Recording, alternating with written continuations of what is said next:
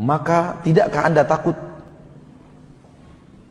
ketika Anda beramal yang tidak pernah beliau ajarkan, dan Anda merasa amal Anda sudah segunung, sudah 2 gunung, sudah 100 gunung. Ternyata ketika di hadapan Rasul, Rasul berkata, tak satu pun dari amalan kamu ini yang saya ajarkan. Rasul menjadi saksi atas umat akhir zaman. Allah berfirman dalam surat An-Nisa ayat 41 dan 42. Dengarkan. A'udzu billahi minasyaitonir rajim.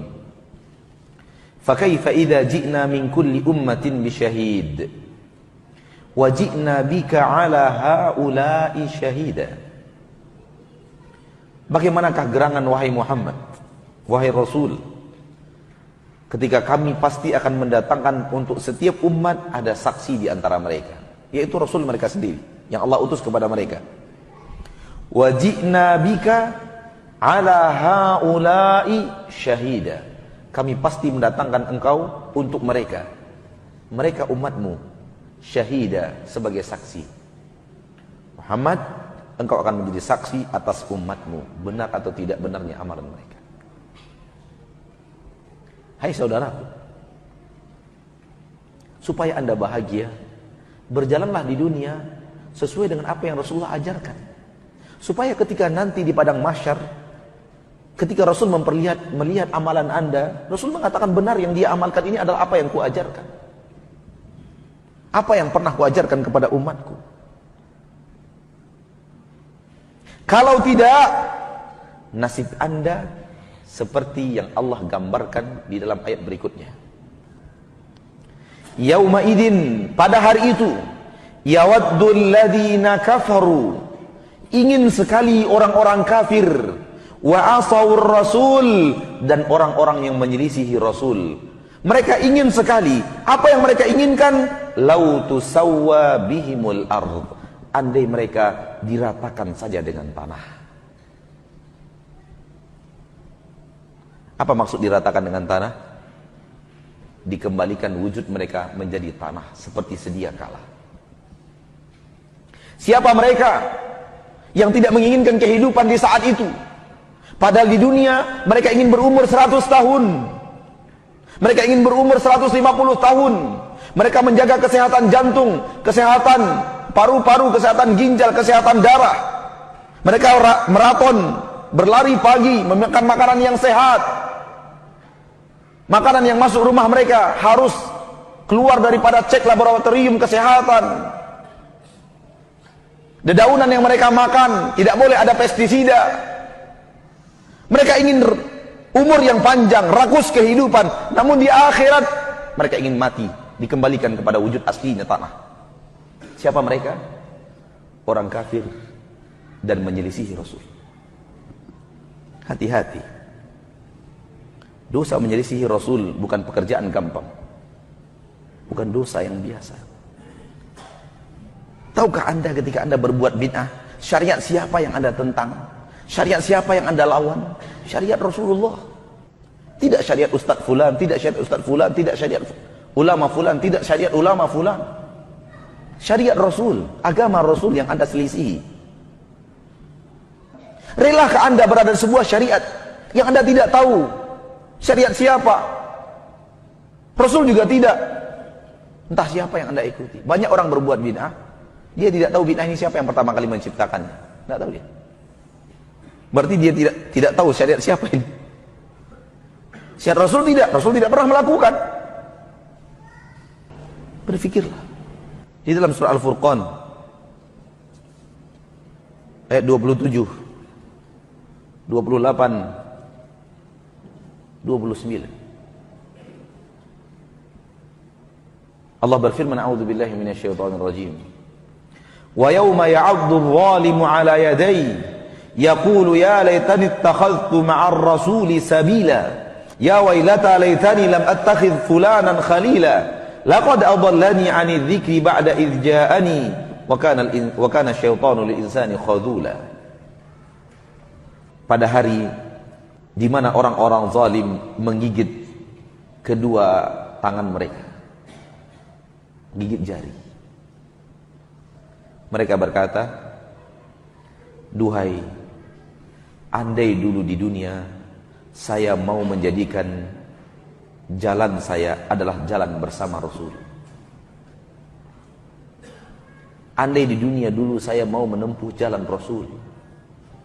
Penyesalan di akhirat yang Allah gambarkan di dalam Al-Quran, ketika mereka tidak mau menempuh jalan Rasul, mereka tidak mau mengikuti jalan Rasul, mereka ingin jalan sendiri, mereka buat jalan sendiri, mereka buat jalan ke surga sendiri, mereka yakini itu sebagai ibadah sendiri. Nabi tidak pernah kerjakan, Nabi tidak pernah ajarkan.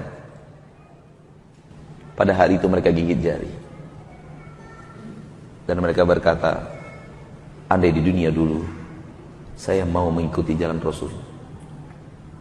Penyesalan, penyesalan tiada arti, penyesalan tiada guna, penyesalan yang tidak lagi diterima. Tinggallah penyesalan dan adab di balik penyesalan itu. Ya wailata laitani lam attakhidh fulanan khalila.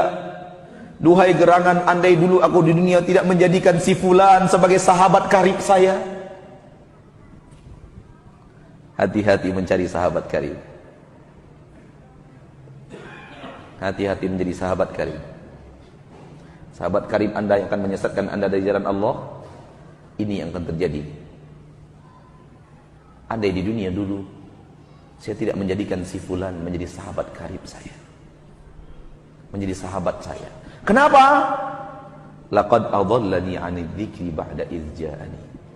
Dia telah menyesatkan aku daripada zikir ibadah kepada Allah setelah datang kepada aku syariat tersebut. Wa kana syaitanu lil insani khadzula. Adalah syaitan selalu ingin menghinakan manusia. Saudaraku, saudariku, kalau kita ingin membuka ayat, puluhan ayat tentang perintah taat kepada Rasul, belasan ayat tentang larangan menyelisihi Rasul, tidak ada artikah itu semua bagi kita? Sehingga berhak kita berbuat sesuatu yang Rasul tidak buat, berhak kita melakukan sesuatu yang Rasulullah tidak ajarkan. Siapa Rasul Anda? Tanya, mikir, Rasul saya siapa ya? Nabi Muhammad. Kok syariat yang saya terima bukan syariat Nabi Muhammad? Rasul saya siapa ya? Nabi Muhammad. Kok tata cara berzikir saya tidak sama dengan berzikirnya Nabi Muhammad? Mikir sedikit dong. Rasul saya siapa? Muhammad sallallahu alaihi wasallam. Kenapa Rasul saya tidak mengerjakan? Saya harus mengerjakan? Siapa yang menyuruh saya mengerjakan ini? Saudara-saudariku kaum muslimin dan muslimat, 2 hari kita bertemu di Masjid Al-Barkah ini. Kemarin hari Ahad, sekarang hari Rabu. Di hari Ahad kita menyuruh pelaku syirik berfikir. Karena syirik itu menghancurkan la ilaha illallah. Hari ini kita menyuruh pelaku bid'ah berfikir. Karena bid'ah itu menghancurkan Muhammad Rasulullah. Yang paling kuat menghancurkan la ilaha illallah syirik. Dan yang paling kuat menghancurkan Muhammad Rasulullah bid'ah. Oleh karena itu di wasiat terakhir Rasulullah, larangan bid'ah. Bukan larangan berzina, bukan larangan minum khamar, bukan larangan korupsi, bukan larangan bid'ah. Wa iyyakum wa muhdatsatil umur. Jauhi oleh kalian hal-hal yang baru dalam urusan syariat. Fa inna kulla muhdatsatin bid'ah. Seluruh hal yang baru itu bid'ah. Wa kullu bid'atin dhalalah. Seluruh yang bid'ah itu sesat.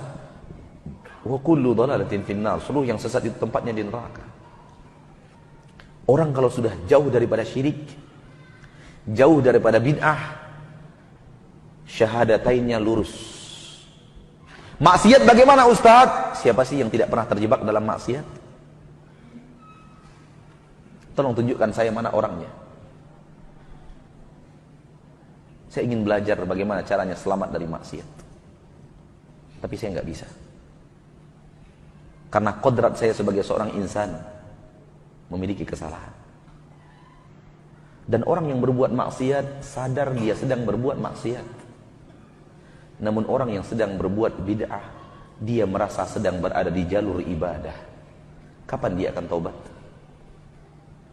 Ketika kita suruh dia taubat, apa katanya? Gak ada taubat dari ibadah, mas. Taubat itu adanya dari maksiat. Oleh karena itu kata-kata yang sering kita dengar, kok baca Quran dilarang? Kok berzikir dilarang? Subhanallah. Kita bukan melarang Anda baca Quran.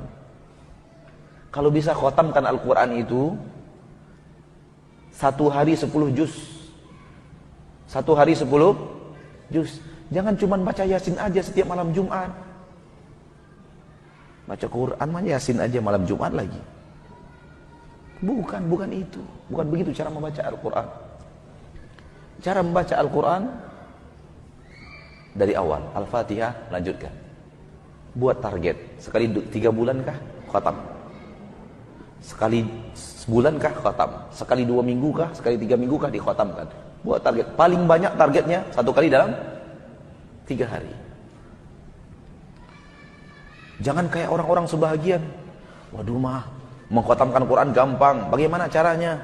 Kata Nabi Muhammad, surat Ikhlas itu sepertiga Al-Quran. Baca aja 3 kali. Salah. Bukan begitu caranya. Bid'ah itu. Sebelum tidur baca dulu Qul Huwallahu Ahad 3 kali, Al-Ikhlas 3 kali.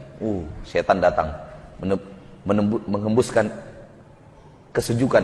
Anda telah mengkhatamkan Al-Quran.